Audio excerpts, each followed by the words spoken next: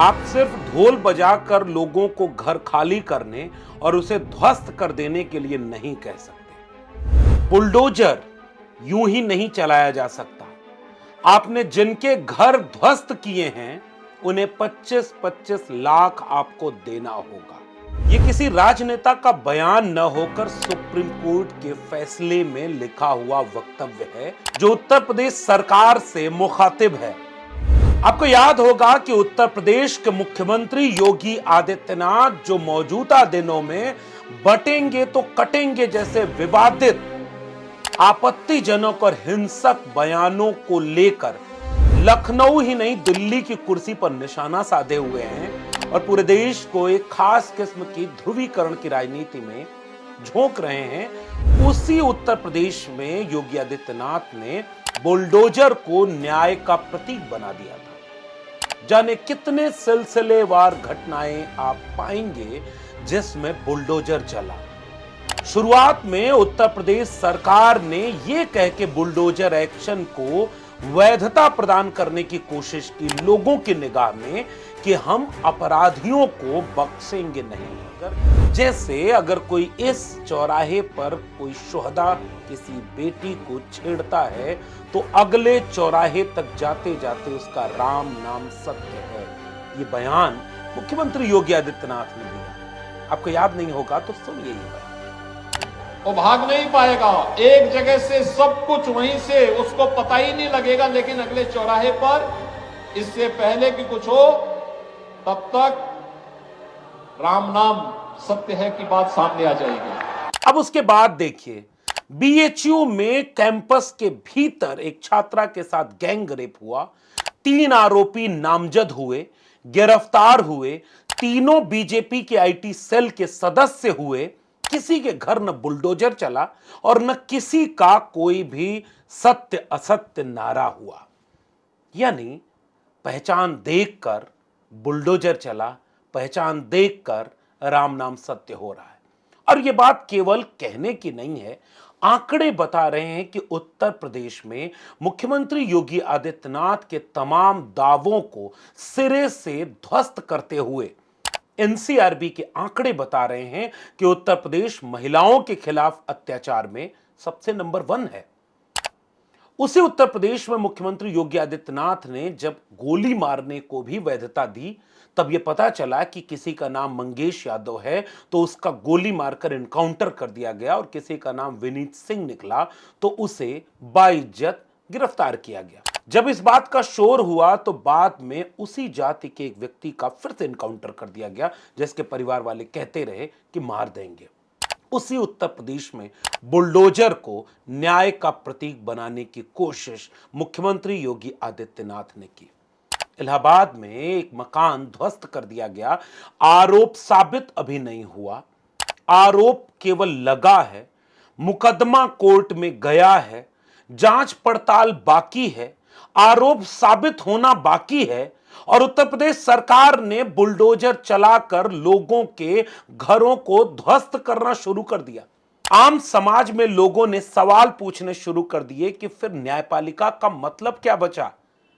जब आरोप साबित नहीं हुआ, जब आरोप सिद्ध नहीं हुआ, सजा मुकर्रर नहीं हुई तो घर पे बुलडोजर कैसे चल सकता है।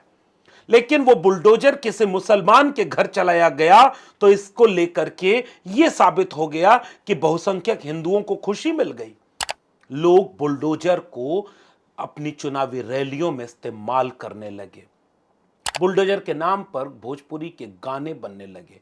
आजमगढ़ से भूतपूर्व सांसद ने गाना गा दिया, बुलडोजर बाबा चांप रहे हैं।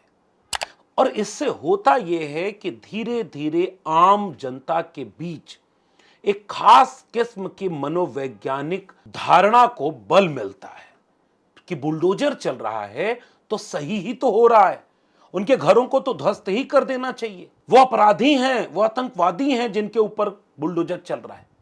ये गाने, ये भाषण धीरे धीरे बुलडोजर को लोगों के जहन में वैध बनाते चले गए। बाद के दिनों में दिल्ली के जहांगीरपुरी में भी बुलडोजर चला, लोग सड़कों पर उतर गए। उत्तर प्रदेश में सबसे ज्यादा बुलडोजर चलाए जाने की घटनाएं हुई। जब बुलडोजर चलाया गया और पहले अपराधी के अपराध को देखकर चलाया गया, तो फिर बाद में पता चला कि जिसके ऊपर अपराध था उसका घर उसके नाम पर नहीं था, उसे भी बुलडोजर से जमींदोज करके मिट्टी में मिला दिया गया। और फिर पूरे देश में यह बहस शुरू हो गई कि मुख्यमंत्री योगी आदित्यनाथ के उत्तेजक भाषणों में बुलडोजर न्याय का प्रतीक जो बनाया जा रहा है, असल में वो अन्याय का प्रतीक है। वो भारत के संविधान के सामने एक चुनौती बनकर खड़ा हो गया है। फिर दूसरा बहाना उत्तर प्रदेश सरकार ने निकाला कि बुलडोजर जिनके घरों पर चलाया जाना था, आनन फानन में उनके घरों पर नोटिसें चिपकाना शुरू कर दिया कि आपके घर का नक्शा पास नहीं है, यह अवैध है। आपको याद होगा देवरिया में प्रेमचंद यादव, उसके घर पर बुलडोजर चलाए जाने के लिए नोटिस चिपका दी गई। देवरिया में दो समुदायों के बीच हिंसक वारदात हो गई थी और उसके बाद जब नोटिस चिपका दी कि प्रेमचंद यादव का घर गिरा दिया जाएगा, जो कि दोनों खेमे से लोग मारे गए थे, उसे जाति का रंग देख करके जब ये बात की गई तो पूरे देवरिया ही नहीं उत्तर प्रदेश में इस बात की हलचल मच गई कि ऐसे कैसे आप किसी का घर गिरा सकते हैं। वो अपराधी अगर मुसलमान है, दलित है, पिछड़ा है, तो उसका घर आप यूं ही जमींदोज कर देंगे? कभी उसे आरोपी को अपराधी बनाकर, तो कभी उसका नक्शा पास होने को इशू बनाकर।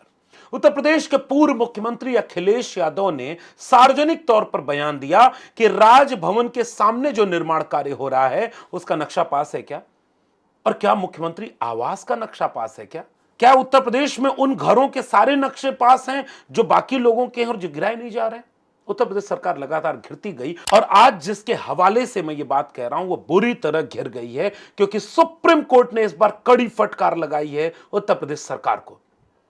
आप सिर्फ ढोल बजाकर लोगों से घर खाली करने और उन्हें ध्वस्त करने के लिए नहीं कह सकते। ये कहते हुए उत्तर प्रदेश सरकार पर सुप्रीम कोर्ट ने ये कड़ा फैसला सुनाया है। कोर्ट ने उत्तर प्रदेश सरकार को आदेश दिया है कि बुलडोजर से जिनका घर तोड़ा गया उसे 25 लाख रुपए का मुआवजा दिया जाए। चीफ जस्टिस ऑफ इंडिया ने कहा कि घर तोड़ने में किसी भी प्रक्रिया का पालन नहीं किया गया है। खुद सरकार की ओर से हलफनामा देकर कहा गया है कि इस मामले में कोई नोटिस नहीं जारी किया गया। सीजेआई डीवाई चंद्रचूड़ ने कहा कि यूपी सरकार की ओर से कहा गया कि सिर्फ 3.6 वर्ग मीटर का अतिक्रमण था। आपकी ओर से इसका कोई प्रमाण नहीं दिया गया। बिना नोटिस दिए आप किसी का घर तोड़ने कैसे शुरू कर सकते हैं? किसी के भी घर में घुसना अराजकता है। आप पीड़ित को 25 लाख रुपए का मुआवजा दें। सुप्रीम कोर्ट ने बुलडोजर एक्शन को लेकर नाराजगी जाहिर की। जस्टिस जेबी पारदीवाला ने कहा कि आपके यह कहने का आधार क्या है कि यह अनाधिकृत था? आपने 1960 से क्या किया है? पिछले 50 साल से क्या कर रहे हैं? सीजेआई ने कहा कि वार्ड नंबर 16 मोहल्ला हामिद नगर में स्थित अपने पैतृक घर और दुकान के विध्वंस करते हुए मनोज टिबरेवाल द्वारा संशोधित पत्र का संज्ञान लिया गया था। और इस मामले के तहत सुप्रीम कोर्ट ने पूरे उत्तर प्रदेश सरकार के ऊपर गहरा सवाल खड़ा किया है। मुख्यमंत्री योगी आदित्यनाथ इस तरह की उत्तेजक, हिंसक और अति करने वाली वारदातों, भाषणों, शब्दों और कार्रवाइयों के जरिए कड़े प्रशासन, कानून और व्यवस्था के शासन और सख्त सरकार का मनोवैज्ञानिक असर लोगों के जहन में पैदा करना चाहते हैं, मगर हकीकत उससे बिल्कुल जुदा है।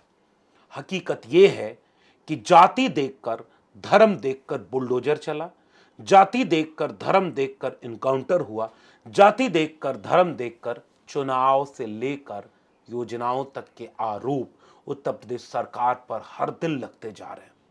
तो ऐसे में सुप्रीम कोर्ट की यह फटकार कितनी असरदार होगी, आप भी नीचे कमेंट करके जरूर बताइएगा। क्या बुलडोजर न्याय की प्रक्रियाओं को धता बताकर पहले ही किसी आरोपी को आरोप साबित होने के पहले ही सजा देने का जो विकल्प बनाया जा रहा था, अब वो रुक जाएगा क्या? क्या इसके बाद उत्तर प्रदेश सरकार अगर कभी भी किसी का भी घर गिराएगी तो क्या सुप्रीम कोर्ट स्वतः संज्ञान लेगा क्या? या किसी एक मामले में टिप्पणी करके बात खत्म कर दी जाएगी? क्या इसके पहले जिनके घर गिराए गए उनको भी 25 लाख उत्तर प्रदेश सरकार से सुप्रीम कोर्ट दिलवाएगा क्या? क्या एक जांच कमेटी बिठाएगा सुप्रीम कोर्ट कि उत्तर प्रदेश सरकार ने बुलडोजर के नाम पर अब तक कितना उचित और कितना अनुचित कदम उठाया है? अगर यह नहीं करेगा तो यह टिप्पणी एक दिन की खबर बनकर अगले दिन खत्म हो जाएगी। और अगर ठोस रूप में संविधान का देश चलाना है तो सुप्रीम कोर्ट को थोड़ा और स्पष्ट रवैया अख्तियार करना होगा। अन्यथा लखनऊ वाले दिल्ली की कुर्सी पाने और लखनऊ की कुर्सी बचाने के लिए किसी भी हद तक जाने पर आमादा हैं और इस देश का एक अनपढ़ कुपढ़ सांप्रदायिक हिंसक तैयार कर दिया गया समुदाय उनके पीछे जोर शोर से हल्ला मचाते हुए ट्विटर पर उत्तेजक और हिंसक काम करने में पीआर एजेंसी और आईटी सेल की तरह लगा हुआ है। यह हिंसा, यह उत्तेजना इस देश को बांट रही है। जोड़ेंगे तो जीतेंगे। अपनी टिप्पणी नीचे कमेंट बॉक्स में जरूर बताइएगा। आपको वीडियो अगर अच्छी लगी हो तो इसे आगे बढ़ाइए और अगर आप चैनल पर नए हैं तो सब्सक्राइब करना मत भूलिए। फिर मिलेंगे किसी और टिप्पणी के साथ, तब तक के लिए बहुत बहुत धन्यवाद।